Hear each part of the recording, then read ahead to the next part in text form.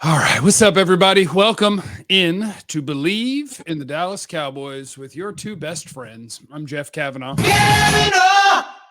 You can hear me on 97.1 The Freak on the radio, iHeartRadio app if you're outside the DFW listening area.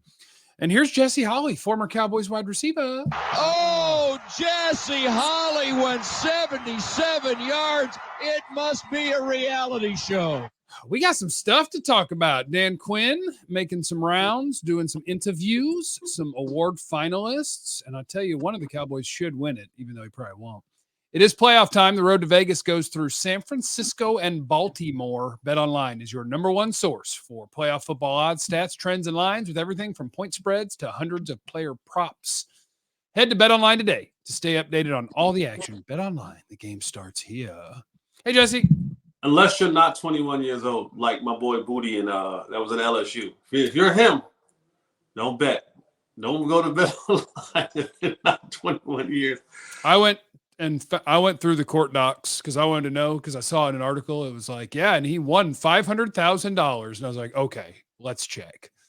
And I went through to see how much did he win or lose. He did not win.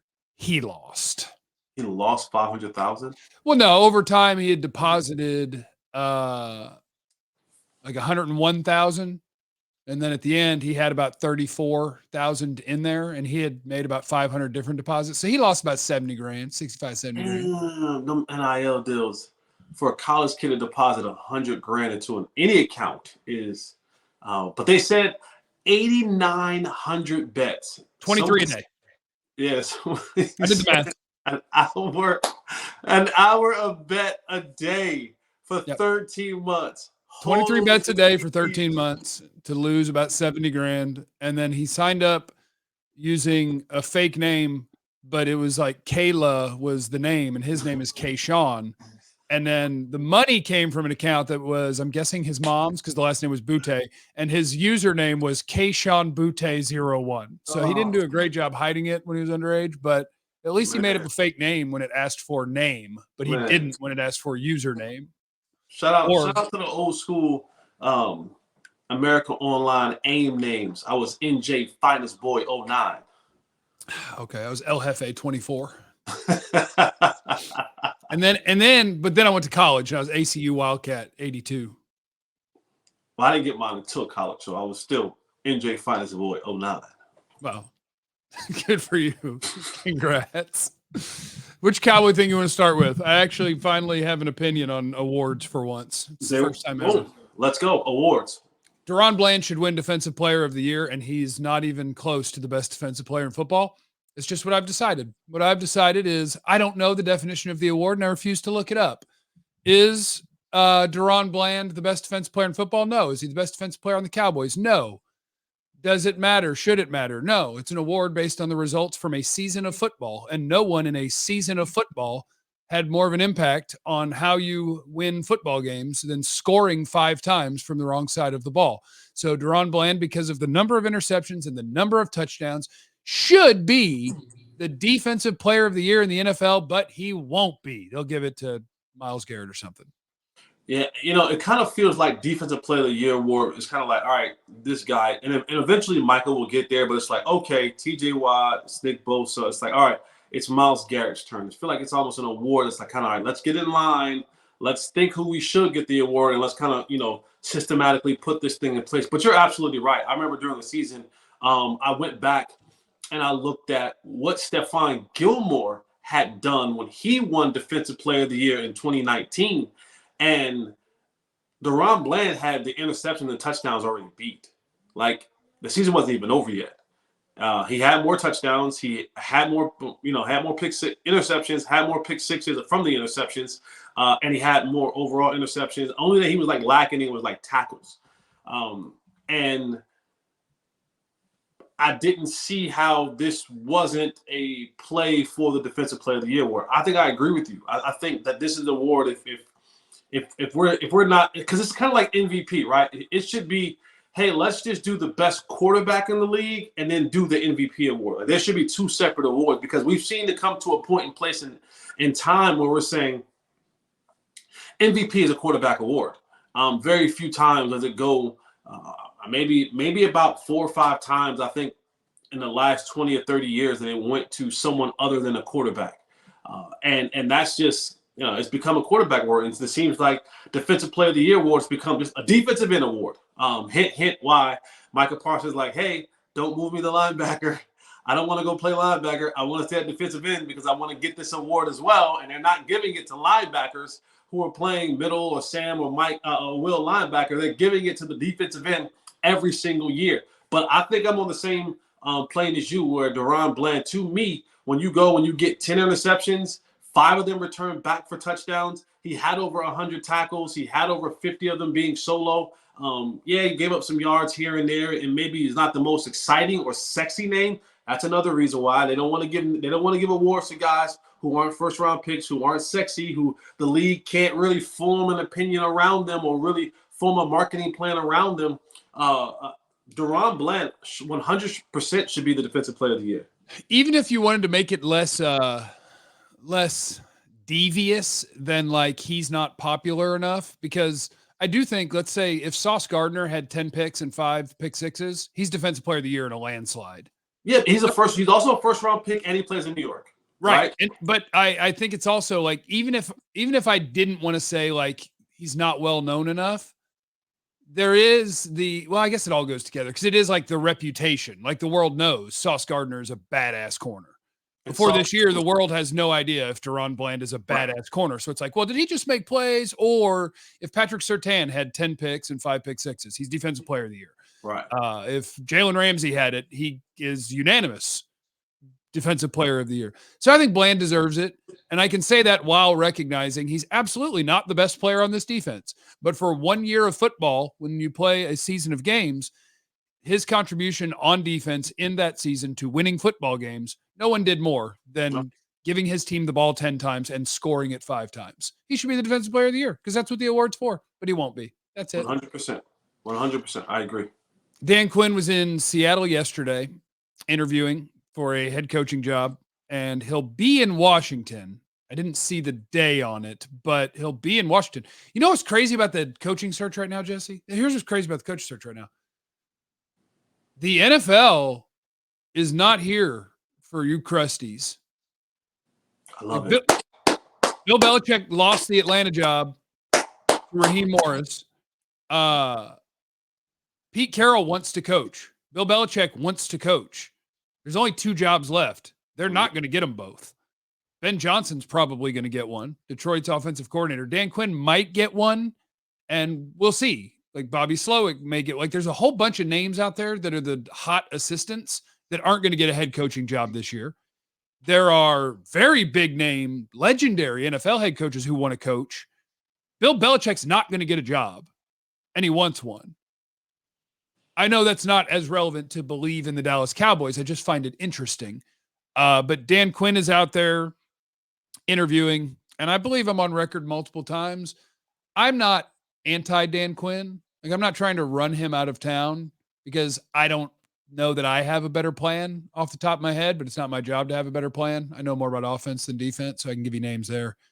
But if he got a head coaching job, it doesn't hurt my feelings at all. Like, it doesn't give me pause or worry for the Cowboys defense, or, oh my God, what are they going to do now? So whatever makes Dan Quinn happy. If he can get one of those jobs, good for him. That's great. I love Dan Quinn. I think he's an amazing leader of men. I think he's super likable. I think he's a good coach. I think it is very worrisome that the most modern offenses destroy him. So, like, I'm not worried about Dan Quinn one way or the other. Where are you with Dan? Dan Quinn's a Jersey guy, so he has a special place in my heart. And I do think, like you, Dan Quinn is a leader of men. But I also think Dan Quinn is a stubborn man. And being stubborn in this game gets you beat a lot.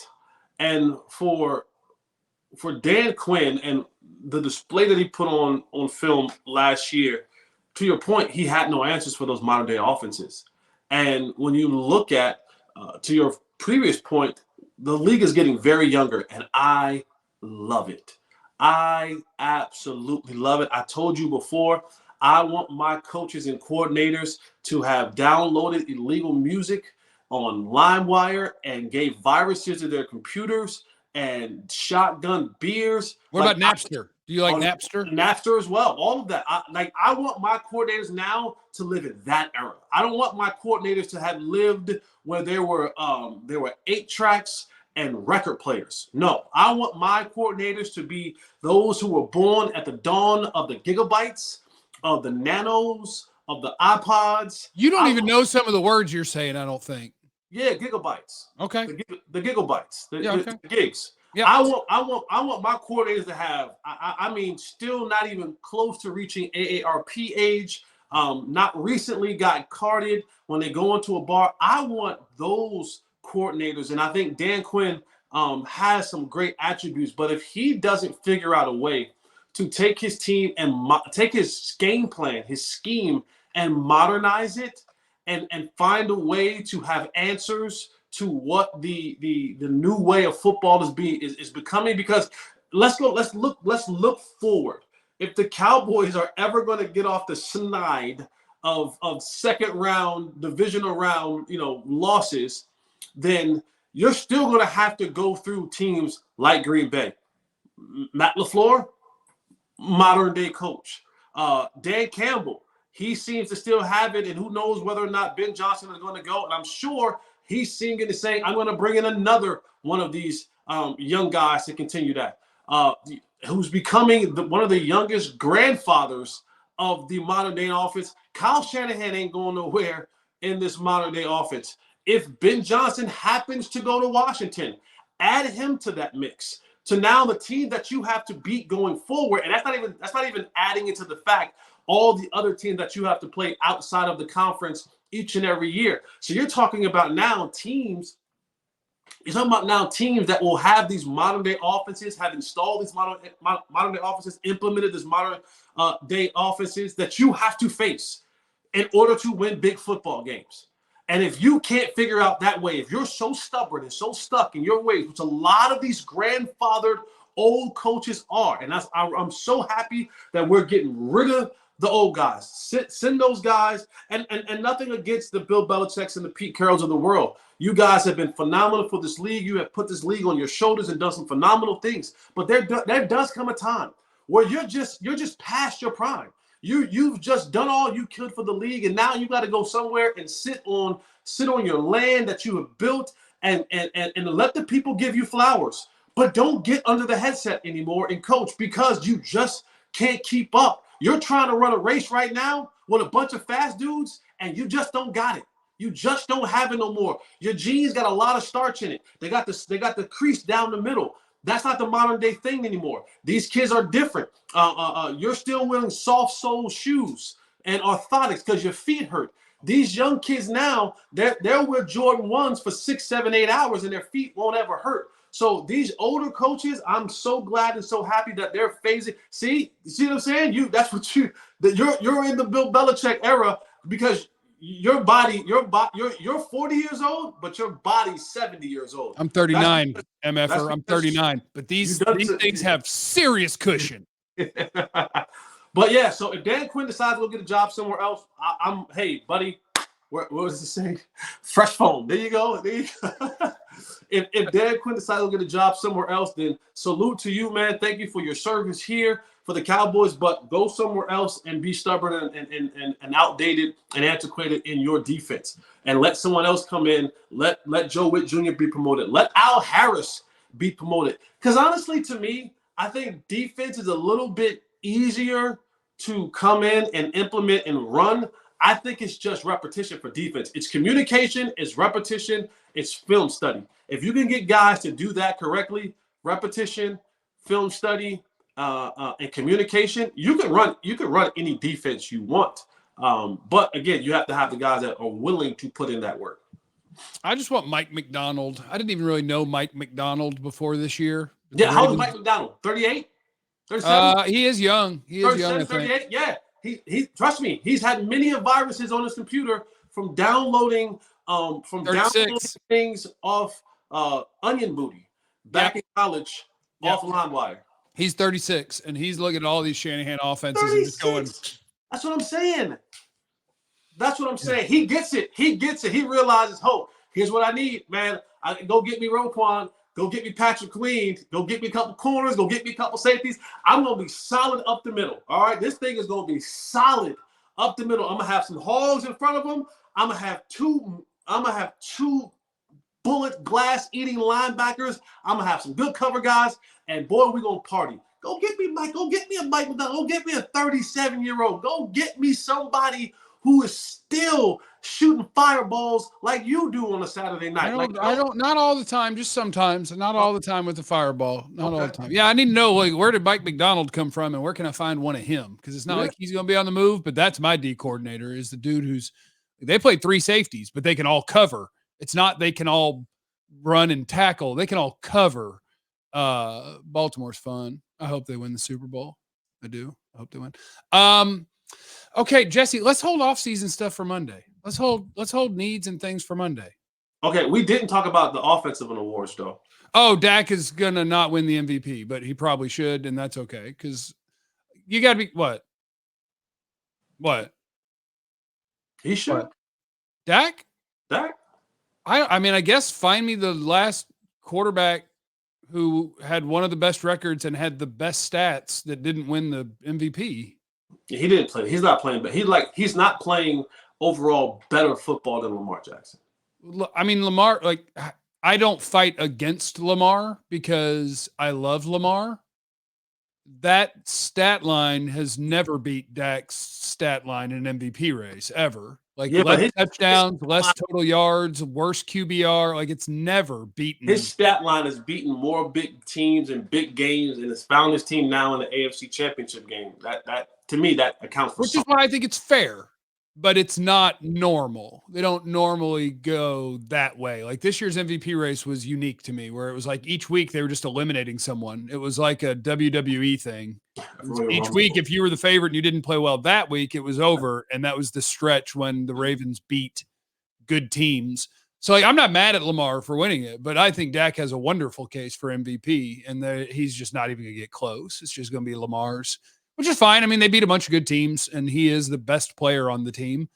He also had a better defense. But what are you going to do?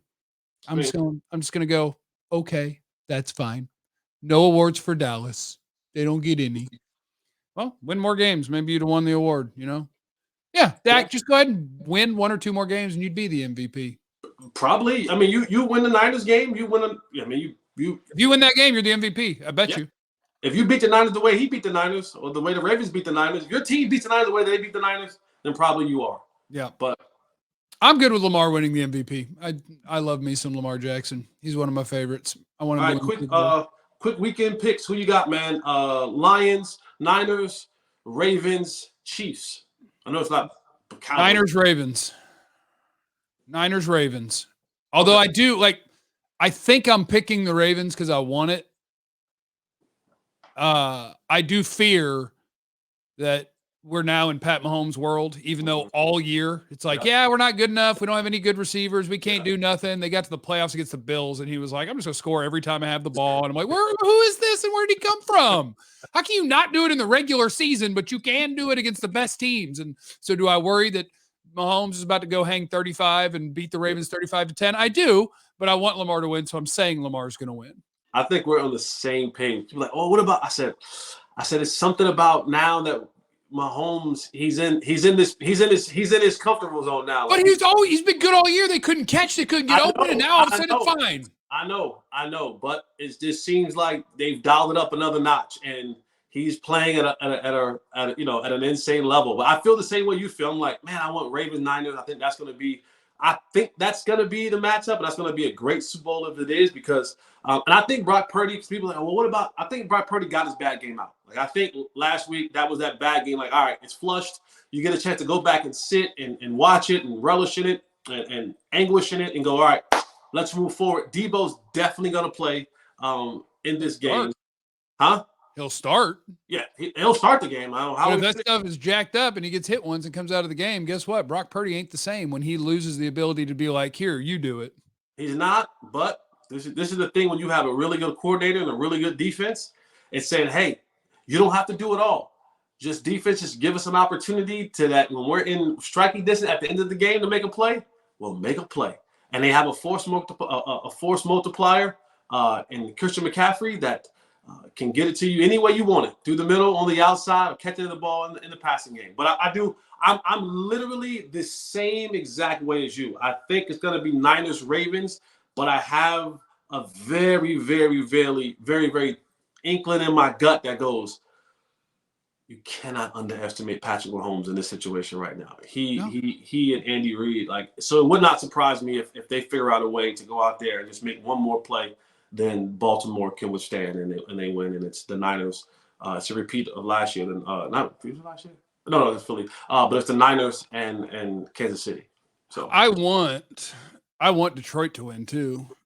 I don't think they will, but I want them to. I love Dan Campbell. The only thing is the Jared Goff thing. Like, it was really, really cool at first, and I still think it's really, really cool that, like, the team that got rid of you and you sent them home, and Detroit hadn't won a playoff game in 30 years, and they're chanting your name instead of the guy who San Francisco won, or the Rams won it, so they win the Super Bowl. Like, it was all a really nice story for him, but it's kind of turned Make-A-Wish kid, where it's like, he is an NFL former #1 overall pick. Like, stop. Like, we've gone a little too far with it's the cutest thing ever. Like, yes, it was great and it is cool, but it's just gone so far that I'm like, dude, he's a former #1 pick. Hate. Boy, you have turned 2024 into the year of the Hefe hater. You have turned into the Hefe hater. Everyone, remember, you have no idea what anyone's going through. So be cool to everyone. We love you. Be easy. Eliminate the jeez.